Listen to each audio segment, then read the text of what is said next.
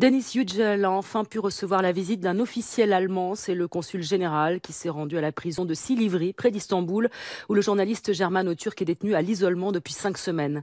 Il aura fallu d'intenses tractations entre Berlin et Ankara pour obtenir cette concession du régime d'Erdogan, en froid avec Angela Merkel depuis l'affaire des meetings annulés en Allemagne.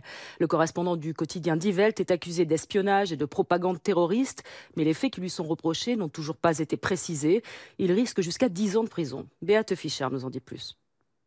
Les semaines de tractations diplomatiques entre Berlin et Ankara ont enfin permis une petite avancée. Ce matin, le consul général d'Allemagne a pu se rendre auprès de Deniz Yücel. Le journaliste va bien, mais a du mal à supporter l'isolement. Le diplomate a obtenu un droit de visite unique. Ça ne peut pas s'arrêter là.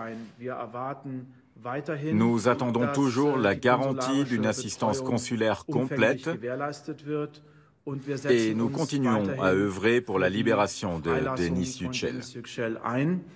Le journaliste est emprisonné depuis près d'un mois pour incitation à la haine et propagande terroriste. Sa détention provisoire peut durer jusqu'à 5 ans.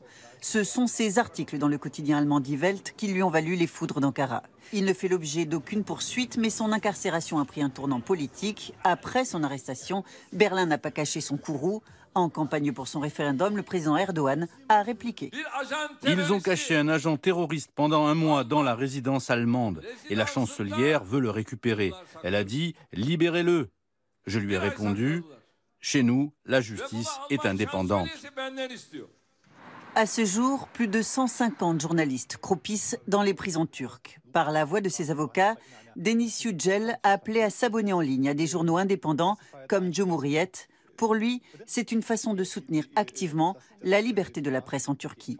Berlin a promis de tout mettre en œuvre pour obtenir sa libération.